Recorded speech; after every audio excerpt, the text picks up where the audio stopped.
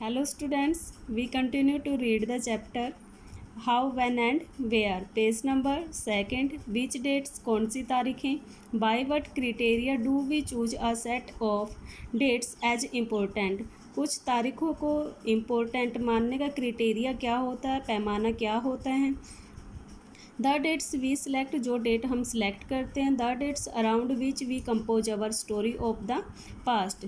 The date we select, जो date हम select करते हैं. द डेट्स अराउंड विच, और जिस डेट के अराउंड यानी कि इर्द गिर्द हम किसी पास्ट की स्टोरी को कंपोज करते हैं. Are not important on their own, वह अपने आप में इम्पोर्टेंट नहीं होती. दे बिकम वाइटल, वो वाइटल मीन्स इम्पोर्टेंट, वे महत्वपूर्ण हो जाती हैं. बिकॉज, क्योंकि we focus on a particular set of events as important, जब हम इवेंट्स के किसी पार्टिकुलर सेट को इम्पोर्टेंट मानकर उस पर फोकस करते हैं. If our focus of study change, अगर हमारा जो स्टडी है, जो हम स्टडी कर रहे हैं उसका फोकस चेंज हो जाता है, केंद्र चेंज हो जाता है. If we begin to look at new issues, और हम नए इश्यूज़ की ओर देखना शुरू कर देते हैं. A new set of dates will appear significant, तो कुछ अन्य जो डेट्स हैं वो सिग्निफिकेंट हो जाती हैं, महत्वपूर्ण बन जाती हैं. कंसिडर एन एग्जाम्पल, एक एग्जाम्पल पर कंसिडर कीजिए, विचार कीजिए. In the histories written by British historians in India, जो ब्रिटिश जो हिस्टोरियंस थे उन्होंने भारत में जो इतिहास लिखा. The rule of each governor general was important, उस इतिहास में जो प्रत्येक जो गवर्नर जनरल था उसका रूल यानी कि उसका जो शासनकाल था वो इम्पोर्टेंट था. These histories begin with the rule of the first governor general, और जो ये इतिहास है वो फर्स्ट गवर्नर जनरल के साथ शुरू होता है. वारेन हास्टिंग, जो भारत के पहले गवर्नर जनरल बने. And ended with the last viceroy Lord Mountbatten, और लॉर्ड माउंटबेटन जो भारत के अंतिम वायसराय थे उसके साथ यह इतिहास समाप्त हो जाता है. इन सेपरेट चैप्टर्स, अलग अलग अध्यायों में we read about the deeds of others, अलग अलग चैप्टर्स में हम अन्य के जो डीड्स मीन्स कार्य, वर्क को भी पढ़ेंगे. Hastings like Hastings, Wellesley, Bentinck, Dalhousie, Canning, Lawrence, Lytton, Ripon, Curzon, Hardinge और इरविन, ये सभी भारत के गवर्नर जनरल रहे और कुछ वाइसराय रहे. It was a seemingly never ending succession of governor generals and viceroys, और यह भारत में ये गवर्नर जनरल और वाइसरॉय का कभी न ख़त्म होने वाला इतिहास था. All the dates in these history books, और इस हिस्ट्री बुक में जो भी डेट्स हैं were linked to these personalities, वो इन सभी व्यक्तियों से लिंक करती हैं. टू देयर एक्टिविटीज़, और उनकी एक्टिविटीज़ से, उनके कार्यों से, पॉलिसीज़ नीतियों से, अचीवमेंट्स और उन्होंने जो अचीवमेंट की उनसे. It was as if there was nothing outside their lives and was important for us to know, और यह मानो ऐसा था जैसे कि उनकी लाइफ के अलावा हमारे लिए कुछ भी इम्पोर्टेंट नहीं है. And was important for us to know, और ना ही उसके बारे में जानना. The chronology of their lives marked the different chapters of the history of British India, जो क्रोनोलॉजी है उनके लाइफ की वो मार्क करती है डिफरेंट चैप्टर्स को. हिस्ट्री यानी कि जो भारतीय the chronology, I repeat, the chronology of their lives marked the different chapters of the history of British India. Means जो ब्रिटिश जो भारत है उसमें इनकी जो लाइव्स हैं यानी कि इन व्यक्तियों का जो जीवन है उनका क्रम ही अलग अलग चैप्टर्स बन जाता है. Can we not write about the history of this period in a different way, क्या हम इस पीरियड का जो इतिहास है उसको अलग वे में राइट नहीं कर सकते. How do we focus on the activities of different groups and classes in Indian society within the format of this history of governor generals. क्या हम अन्य जो एक्टिविटीज़ थी इंडिया में, जो दूसरे ग्रुप्स की या फिर क्लासेस की एक्टिविटीज़ थी, क्या हम उस पर फोकस नहीं कर सकते विद इन द फॉर्मेट? और इन्हीं के फॉर्मेट के साथ of this history of governor generals, जो इन गवर्नर जनरल्स के इतिहास के साथ, व्हेन वी राइट हिस्ट्री, जब हम हिस्ट्री राइट करते हैं या फिर किसी कहानी को, we divide it into chapters, तो हम इसे चैप्टर्स में डिवाइड कर लेते हैं। Why do we do this? हम ऐसा क्यों करते हैं? It is to give each chapter some coherence. Coherence means होता है एक दूसरे से जुड़ जाना या फिर सामंजस्य उसमें स्थापित करना, ताकि उस चैप्टर्स के बीच में सामंजस्य स्थापित कर सकें। It is to tell a story in a way, और इस स्टोरी को इस वे में बताया जाता है that makes some sense and can be followed, ताकि उसे आसानी से समझा व याद रखा जा सके। In the process we focus only on those events, और इस प्रोसेस में हम सिर्फ उन इवेंट्स पे फोकस करते हैं that help us to give shape to the story we are telling, ताकि जो स्टोरी है उसको अच्छी शेप दी जा सके या उसको इंटरेस्टिंग बनाया जा सके। In the histories that revolves around the life of British governor generals, इस इतिहास में जो रिवॉल्व्स करता है यानी कि आसपास घूम रहा है गवर्नर जनरल्स की लाइफ के, the activities of Indian simply do not fit, तो वहाँ पे जो इंडियंस हैं उनकी एक्टिविटी को फिट नहीं किया जा सकता। दे हैव नो स्पेस, और वहाँ पर उनका कोई स्थान भी नहीं है। What then do we do, तब हम क्या करें? Clearly we need another format for our history, तब हमें अपनी हिस्ट्री के लिए, इतिहास के लिए दूसरे फॉर्मेट की ज़रूरत पड़ी। दिस वुड मीन दैट, इसका अर्थ यह है the old dates will no longer have the significance they earlier had, तो ऐसे में जो पहले डेट्स हमारे लिए सिग्निफिकेंस थी, इम्पोर्टेंट थी, वो आगे हमारे लिए इम्पोर्टेंट नहीं रहती। A new set of dates will become more important for us to know, अब कुछ डेट्स का एक नया सेट बनता जो हमारे जानने के लिए इम्पोर्टेंट बन जाएगा। How do we periodise? Periodise means अवधियों को हम कैसे तय करते हैं, यानी कि जो टाइम होता है उसका पोर्शन मीन्स अलग अलग भागों में कैसे हम बांटते हैं। इन 1870 में James Mill, a Scottish economist and political philosopher, published a massive 3 volume work. James Mill जो एक स्कॉटिश अर्थशास्त्री या फिर राजनीतिक फिलोसफर, दार्शनिक, publish a massive 3 volume works, उसने 3 वॉल्यूम वर्क पब्लिश किया, यानी कि उसने किसी टाइम पीरियड को 3 हिस्सों में बांटा। A history of British India, और उस बुक का नाम क्या था? A history of British India means British भारत का इतिहास। In this he divide Indian history into 3 periods, और उसने जो भारतीय इतिहास है उसको 3 पीरियड्स में डिवाइड किया, Hindu, Muslim and British. This periodisation came to be widely accepted, और इस जो उसने इस टाइम को 3 पोर्शन में डिवाइड किया उसको काफ़ी लोगों ने एक्सेप्ट भी किया। Can you think of any problem with this way of looking at Indian history? Can you think, क्या आप समझ सकते हो उस समस्या को? विद दिस वे, जो इस वे में थी, जिस तरह से उसने टाइम को डिवाइड किया था of looking at Indian history, भारतीय इतिहास से उसने जिस सेक्शंस में टाइम को बांटा था, हिंदू, मुस्लिम एंड ब्रिटिश में, वो हमारे लिए समस्या था। वाई डू वी ट्राई, हम ट्राई क्यों नहीं करते? And divide history into different periods, और इतिहास को डिफरेंट पीरियड में बांटने का। वी डू सो, हम ऐसा करते हैं in an attempt to capture the characterisations of a time, जब किसी टाइम की जो करेक्टराइजेशन है वो विशेषताएं हैं एक ही समय में कैप्चर कर ली जाती हैं। Its central features as they appear to us, sorry I repeat, we do so in an attempt, और इसकी एक वजह भी है, in an attempt to capture the characteristics of a time, time की विशेषताओं को अटैम्प्ट करने की या कैप्चर करने की, its central features as they appear to us, ताकि जो उसके सेंट्रल फीचर्स हैं वो हमें दिखाई दे, इसके स्पष्ट दिखाई दे इसके। So the terms through which we periodise, that is demarcate the difference between periods became important, यानी कि वो शब्द हमारे लिए महत्वपूर्ण हो जाते जिनके सारे हम पीरियड्स को डिवाइड करते हैं। They reflect our ideas about the past, वो पास्ट के बारे में हमारे विचारों को रिफ्लेक्ट करते हैं। रिफ्लेक्ट मीन्स दर्शाना।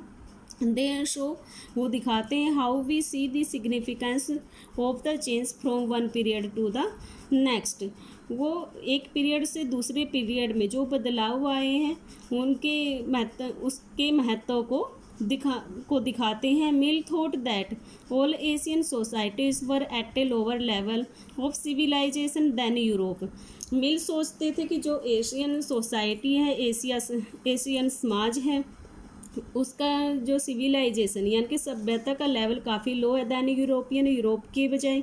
According to his telling of history, यानी कि उसके इतिहास के according, before the British came to India, British के भारत में आने से पहले Hindu and Muslim despot ruled the country, ये इंडिया में जो हिंदू और जो मुस्लिम तानाशाह थे वो कंट्री पर रूल करते थे। Religious intolerance, caste taboos and superstition practice dominated, और यहाँ पर जो रिलीजियस इंटॉलरेंस यानी कि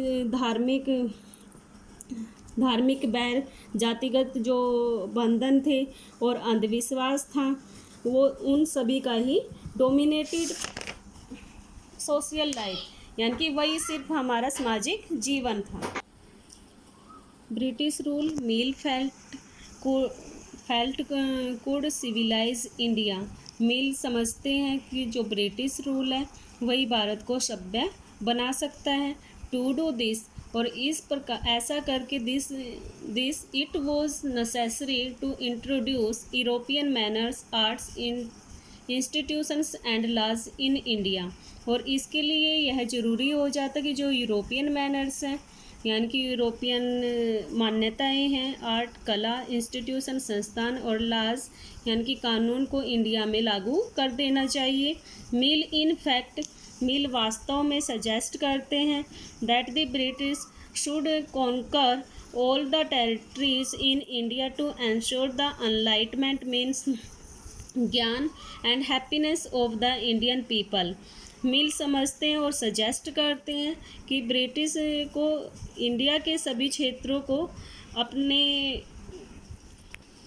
अधिकार में ले लेना चाहिए,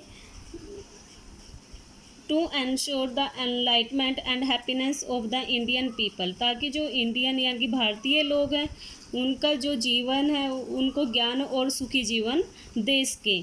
for India was not capable of progress without British help, उनके विचार में जो ब्रिटिश है वो इंडिया है वो एबल नहीं है, विकास करने के लिए योग्य नहीं है बिना ब्रिटिश हेल्प के।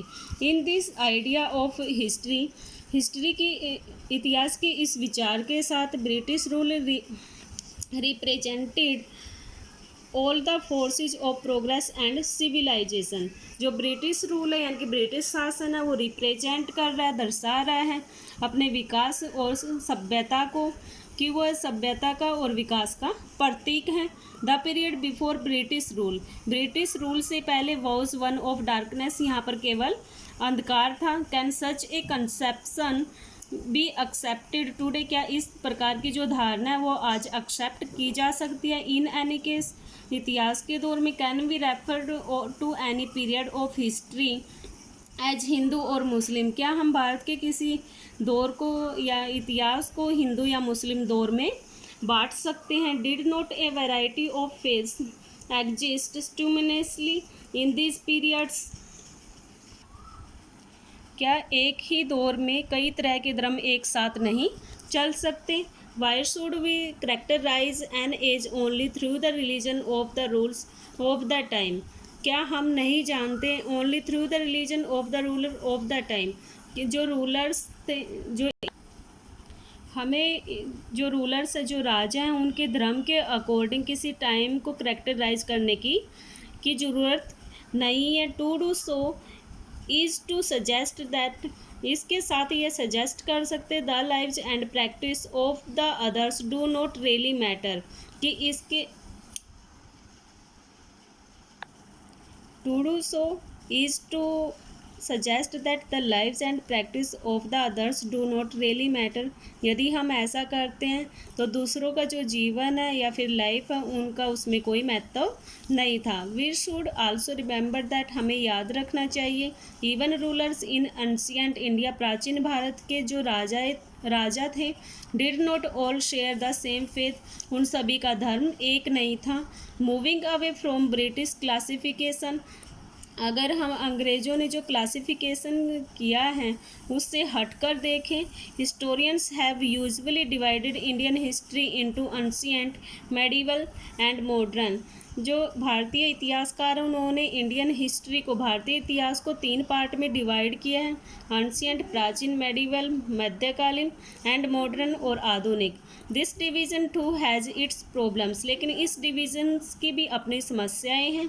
It is a periodisation that is broad from the West, ये जो पीरियडाइजेशन है यानी कि जो ये अवधि है वो भी पश्चिमी सभ्यता से बोरो की गई है, से ली गई है। Where the modern period was associated with the growth of all the forces of modernity, science, reason, democracy, liberty and equality. यहाँ पर जो मॉडर्न पीरियड है वो एसोसिएटेड मीन्स जुड़ा हुआ था विद द ग्रोथ, विकास से, ऑफ ऑल फोर्सेस यानी कि जो आधुनिक विकास है उसके साथ जुड़ा हुआ था, जिसमें science, reason, democracy, liberty and equality, इन सभी को इम्पोर्टेंस दी गई थी। मेडिवल वॉज ए टर्म, और जो मेडिवल शब्द है यूज टू डिस्क्राइब, उसका यूज़ किया गया वर्णन करने के लिए आ सोसाइटी, उस समाज को, where these features of modern society did not exist, जहाँ पर जो ये आधुनिक समाज की सभी विशेषताएं उपलब्ध नहीं थी। Can we uncritically accept this characterisation of the modern period to describe the period of our study. Can we uncritically, क्या हम बिना सोच विचारे एक्सेप्ट कर सकते हैं मॉडर्न जो आधुनिक युग है उसकी विशेषताओं को to describe the period of our study, अपने अध्ययन को डिस्क्राइब, जो हमारा अध्ययन है उसके पीरियड को डिस्क्राइब करने के लिए। As you will see in this book, जैसा कि आपने इस बुक में देखा होगा, under British rule people did not have equality, कि ब्रिटिश शासन है उसके अंडर में लोगों को ना तो इक्वलिटी थी, ना तो समानता थी, ना फ्रीडम थी और ना ही लिबर्टी थी। Nor was the period one of the economic growth and progress, और ना ही जो ये पीरियड था वो इकोनॉमिक ग्रोथ यानी कि आर्थिक विकास, आर्थिक प्रगति और विकास का दौर भी नहीं था। मैंने historians therefore refer to this period as colonial, इसलिए बहुत सारे जो इतिहासकार हैं इस पीरियड को कॉलोनियल यानी कि उपनिवेश की संज्ञा देते हैं। व्हाट इज़ कॉलोनियल, कॉलोनियल क्या होता है यानी कि उपनिवेश क्या होता है। इन दिस बुक, इस बुक में you will read about the way the British came to conquer the country, जो ब्रिटिश है वो भारत में आए थे इस देश को, इस कंट्री को जीतने के लिए, एंड एस्टेब्लिश देयर रूल, और अपना शासन स्थापित करने के लिए, सब्जुगेटिंग लोकल नवाब एंड राजाज, और उन्होंने जो लोकल नवाब और जो राजा थे उनको हमेशा दबा कर रखा। सब्जुगेटिंग होता है दमन करना या फिर डिफीट करना।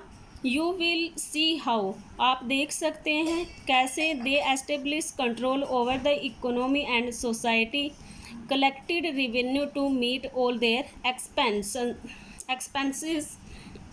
आप देख सकते हो कि उन्होंने कैसे जो आर्थिक और जो सामाजिक विकास था उसको अपने कंट्रोल में लिया, कलेक्टेड रेवेन्यू और राजस्व को कलेक्ट किया, to meet all their expense, अपने सभी खर्चों को पूरा करने के लिए, बोट द गुड्स, और सामान bought the goods they wanted at low price, और वो सामान को जितना चाहे लो प्राइस में खरीद सकते थे. Produced crops they needed for export, और उन सभी क्रॉप्स को यानी कि उन सभी फसलों का वो उत्पादन करते थे जिनका वो निर्यात करते थे.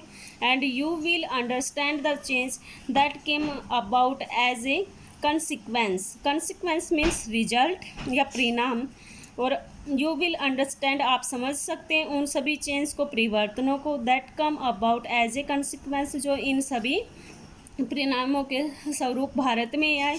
You will also come to know, आप जानना चाहोगे अबाउट द चेंज उन सभी परिवर्तनों के बारे में. British rule brought about in values taste customs and practice. जो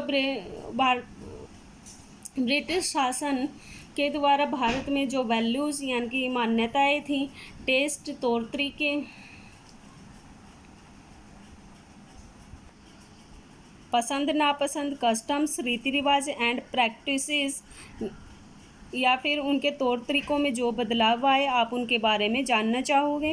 when the subjugation of one country by another, जब एक कंट्री द्वारा दूसरी कंट्री को दबाया जाता है या फिर उसका दमन किया जाता है, leads to this kinds of political, economic, social and cultural change. तो इस प्रकार के जो राजनीतिक, आर्थिक, सामाजिक और सांस्कृतिक चेंज आते रहते हैं. We refer to the process as colonization, और इस सभी प्रोसेस को हम कोलोनाइजेशन यानी कि उपनिवेशीकरण कहते हैं.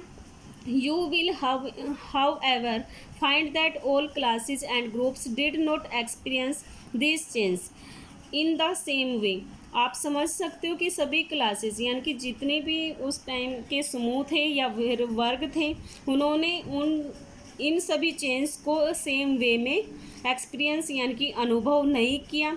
दैट इज़ वाई, क्योंकि the book is that is why, इसलिए the book is called our past in the plural. इसलिए हमने इस बुक का नाम अवर पास्ट इज़ यानी कि प्लूरल शब्द इसको नाम दिया है, जिसका अर्थ है कई अतीतों पर केंद्रित.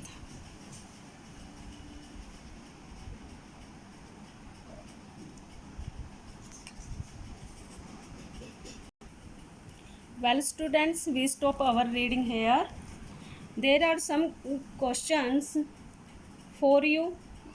Find the answers of these questions from your chapter. Find the answers of these questions from your chapter. First question is, name the events for which specific dates can be determined.